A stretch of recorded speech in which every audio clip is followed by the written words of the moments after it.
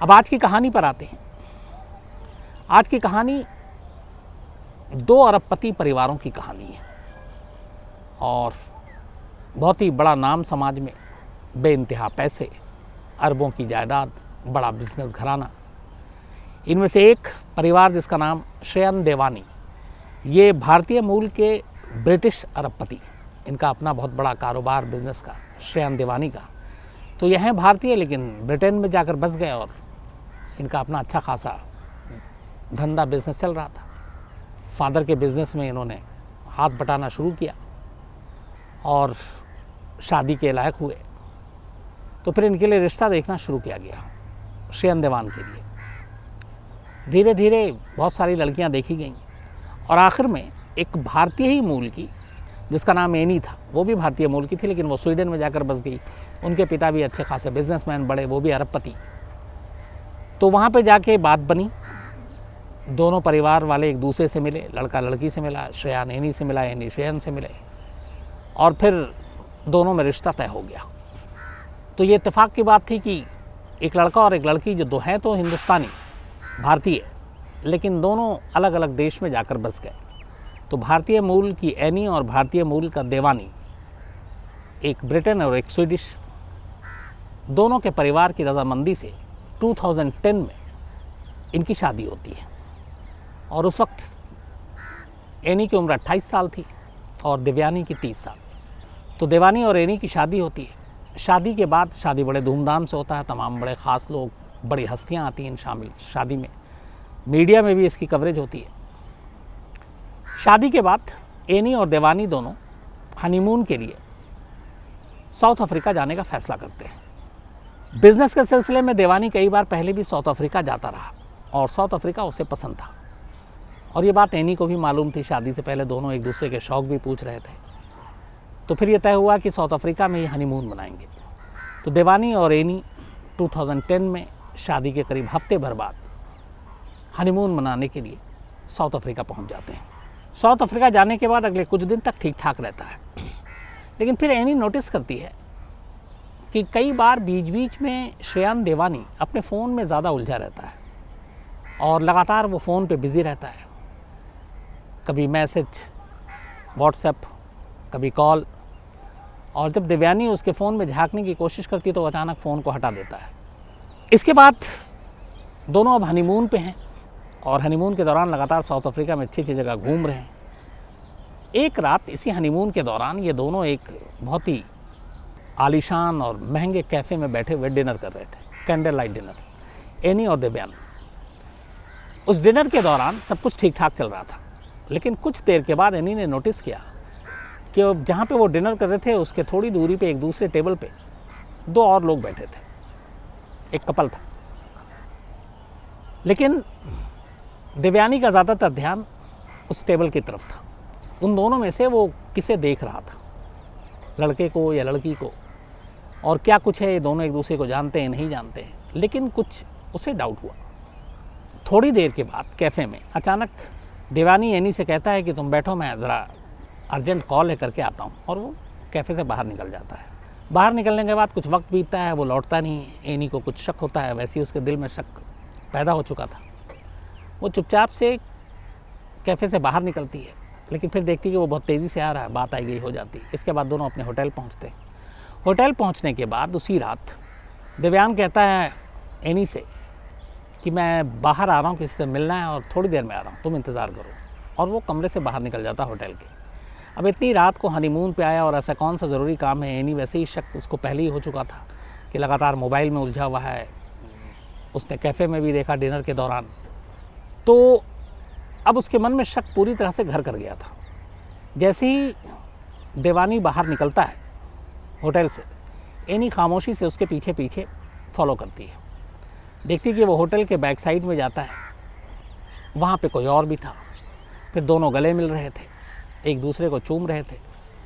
ये सब देखने के बाद अचानक एनी को बहुत तेज़ गुस्सा आता है और वो वापस मुड़ती है जाने के लिए। इत्तेफाक से उसके जाने के कदमों की आवाज़ सुनाई दे जाती है श्रेयान को।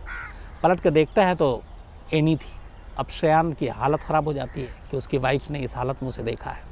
वो उसके पीछे भागता है तेज़ी से। इस दौरान में वो फ़ोन भी करता है और फ़ोन कर रहा है और फॉलो कर रहा है। वो होटल से बाहर निकल जाती है, रात का वक्त था। अब एनी भी फ़ोन कर रही है किसी को, वो एनी तक पहुंचता है और एनी को पकड़ लेता है। बट इस सारी कवायद में करीब 5-7 मिनट बीत चुके थे। इसी दौरान में वो एनी से भी बात कर रहा था और समझा रहा था कि तभी एक गाड़ी आकर रुकती है और उस गाड़ी में 3 लोग थे, और उस गाड़ी में जो 3 लोग थे उसमें से 2 बाहर उतरता है। गन पॉइंट पे श्याम देवानी और एनी दोनों को गाड़ी में बिठा लेता है और इसके बाद अपने साथ ले जाता है। अब इसके बाद अगले 2 दिन तक ये दोनों गायब। इधर देवानी का परिवार और एनी का परिवार दोनों परेशान, क्योंकि हनीमून पर गए थे, इनका रूटीन था डेली कम से कम 2-4 बार फ़ोन करना, घर वालों को बताना कि मैं ठीक हूँ, कहाँ हूँ, कैसे हूँ। होटल पता किया तो पता चला होटल भी ये लोग नहीं आए हैं 2 दिन से। दोनों परिवार घबरा गया कि क्या हुआ और कुछ समझ में नहीं आ रहा। इस दौरान में इन्होंने पुलिस में रिपोर्ट भी लिखा दी। तो एक चिंता भी थी इन दोनों को लेकर, इनकी सुरक्षा को लेकर कि आखिर मामला क्या है। 2 दिन के बाद अचानक श्याम देवानी का फ़ोन उसके घर पे जाता है और वो बताता है अपनी कहानी। घर वाले उसका फ़ोन सुन के पहले तो बहुत खुश होते हैं, 2 दिन से परेशान थे, क्या हुआ। तो बताता है कि ऐसे ऐसे हम दोनों होटल के बाहर निकले थे और अचानक एक गाड़ी में कुछ लोग आए, 3 लोग थे, और उन्होंने हम दोनों को किडनैप किया और अपने साथ ले गए किसी गुमनाम जगह पर। 2 दिन के बाद मैंने उन्हें कुछ पैसे वैसे की बात की थी कि मैं दे दूंगा। उन्होंने मुझे एक गाड़ी में छोड़ दिया इस धमकी के साथ कि किसी को हमारे बारे में बताया तो जान से मार देंगे, और मैं किसी तरह निकल आया। उन्होंने पूछा एनी कहाँ है, तो उसने कहा कि उन्होंने एनी को गोली मार दी। हालांकि हम दोनों को अलग अलग बंधक बना के रखा था, लेकिन उन्होंने ही मुझे बताया कि उन्होंने एनी को गोली मार दी है। अब ये बात एनी के घर तक पहुंची। एनी के घर वाले परेशान हो गए सुनकर। चूँकि बड़े लोग थे, अरबपति, साउथ अफ्रीका पहुँचे। वहाँ पे इन्होंने अपने दबदबे और हैसियत के हिसाब से पुलिस पे भी दबाव डाला। पुलिस ने केस दर्ज किया। केस दर्ज करने के बाद अब पुलिस ने ढूंढना शुरू किया। तो अब वो CCTV फुटेज और बाकी चीज़ों के ज़रिए आखिरकार उस कार का पता चला जो वारदात वाली रात इस्तेमाल में किया गया था। उस कार के बाद एक शख्स को गिरफ़्तार किया गया। उसने बताया कि हाँ वो उस रात था। फिर उसकी निशानदेही पे 2 और लोगों को गिरफ़्तार किया गया। तो कुल मिलाकर पता चला कि उस कार में उस रात 3 लोग थे। उसका जो टैक्सी का ड्राइवर था उसका नाम था जोला टोंगो, उसका एक साथी था माजीवा मडोडा, और एक तीसरा था जेलिले। तो इन तीनों को जब साउथ अफ्रीका पुलिस ने गिरफ़्तार किया तब उन्होंने कहा कि हाँ ये जुर्म मैंने किया है, एनी को मैंने गोली मारी, कत्ल किया। तो पुलिस ने पूछा कि फिर तुमने श्याम देवानी को क्यों छोड़ा। तब इन तीनों ने बयान दिया कि असल में मुझे श्याम देवानी ने ही हायर किया था एक सुपारी किलर के तौर पर एनी को रास्ते से हटाने के लिए, और उसने पैसे दिए थे। अब जब ये बात सामने आई तो सीधे सीधे एक कत्ल का मुलजिम बन गया श्याम देवानी, एक अरबपति।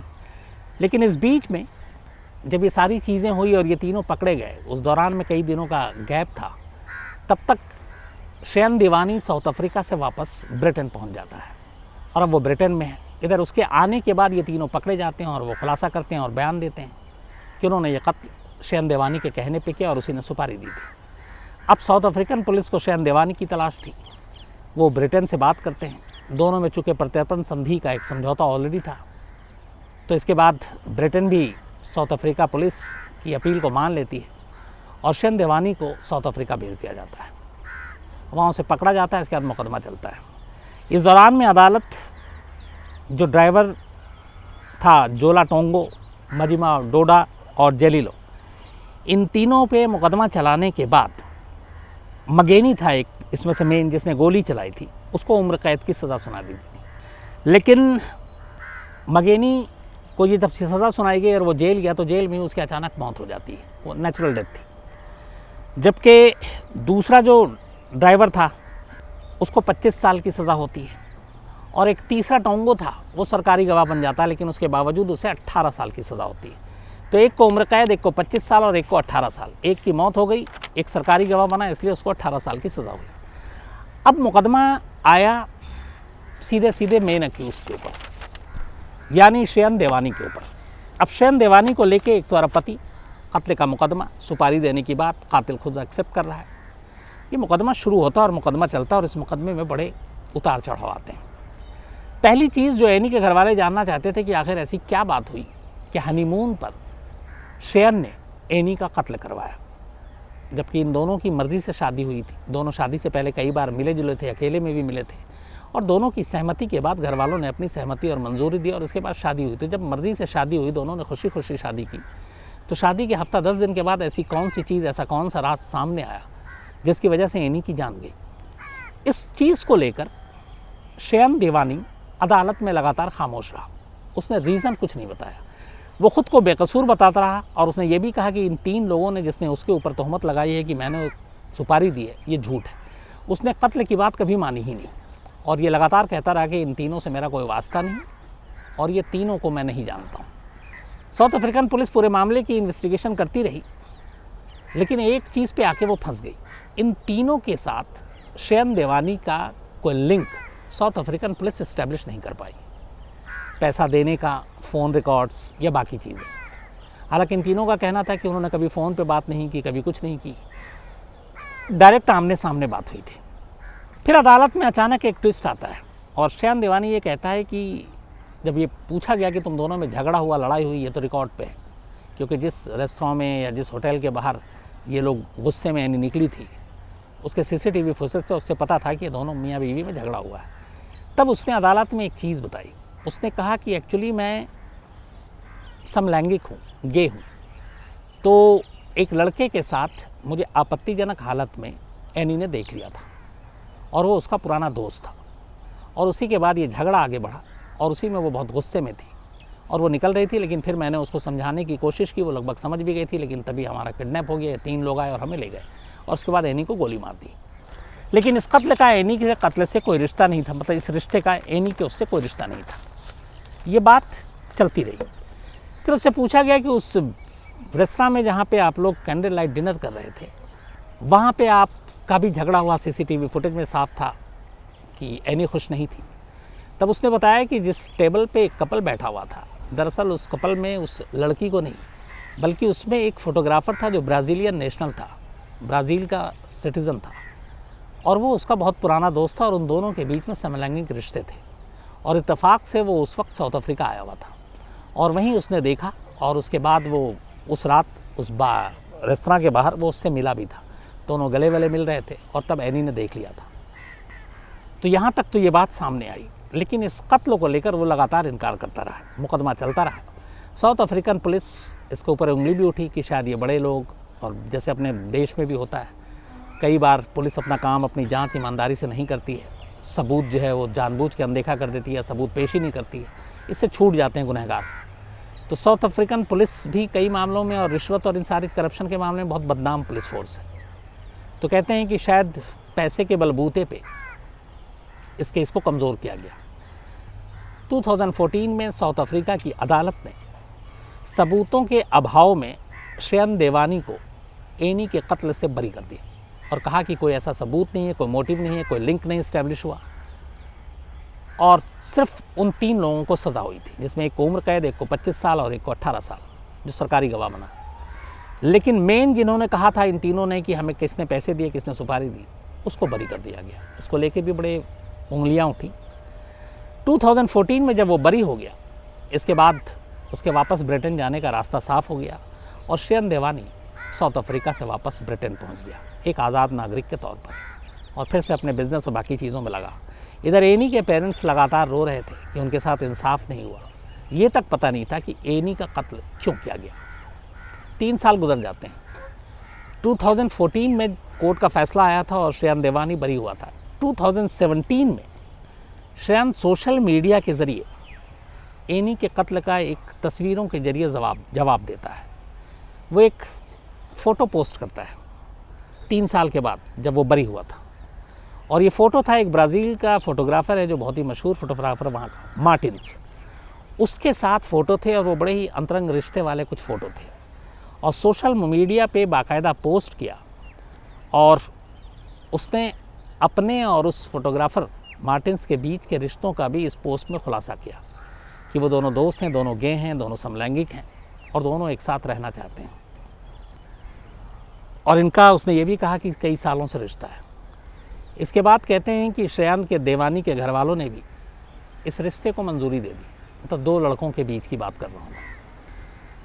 और तब इस पोस्ट से जो खुद शयन देवानी ने किया था, एनी के घर वालों को लगा कि एनी का कत्ल क्यों किया गया था। उनका मानना था कि ये गे था, एनी ने देख लिया था और उस वक्त उसे ये डर था कि अगर ये एक तो बड़ा बिजनेस टाइकून, अरबपति, ये सारी चीज़ें अगर उसने खोल दी तो परिवार, बिजनेस सब पे बड़ी बदनामी होगी। और इस वजह से ही एनी के घर वालों का शक है कि श्रेयान ने एनी को रास्ते से हटा दिया। और साउथ अफ्रीका चूँकि वो हमेशा जाता था बिजनेस ट्रिप पे, तो उसके वहाँ पे बड़े अच्छे लिंक थे, लोगों को जानता था, तो उसके लिए ये काम कराना बहुत मुश्किल काम नहीं था। एनी के परिवार वालों का ये कहना है कि जब शादी हुई थी तब सारी चीज़ों की उन्होंने जांच की थी। दोनों बहुत ही, परिवार ऐसा भी नहीं था कि अरबपति तो थे, लेकिन बहुत खुले मिजाज के परिवार ये नहीं था दोनों में से। लेकिन उनका ये इल्ज़ाम था कि श्रेयान अगर गे था तो शादी से पहले उसने इस बात को छुपाया। अगर वो बता देता एनी को या उनके घर वालों को ये पता होती तो वो ज़िंदगी में एनी की शादी श्रेयान से नहीं करते। लेकिन उसने इस इतने बड़े झूठ को जो है, सच को छुपाया और बताया नहीं। तो कुल मिला के इस कहानी में ये है कि एक अरबपति ने अपनी अरबपति पत्नी का कत्ल किया, उसके ऊपर इल्ज़ाम लगा, लेकिन सबूतों के अभाव में अदालत ने उसको बरी कर दिया। वो आज भी आज़ाद है और खुलेआम अब वो स्वीकार करता है कि वो एक गे है, उसके रिश्ते हैं। सोशल मीडिया पे भी अब पोस्ट करने में उसे कोई झिझक नहीं होती, कोई हिचक नहीं होती। लेकिन एनी के घर वालों को आज भी इस बात का अफसोस है कि उनके साथ इंसाफ नहीं हुआ, उन्हें इंसाफ नहीं मिला। तो ये थी कहानी आज की। तो आज कहानी में इतना ही। फिर कहूँगा अपना ख्याल रखिएगा, अपनों का ख्याल रखिएगा। कल रात मुलाकात होगी 9 बजे किसी नई कहानी के साथ। Thank you very much.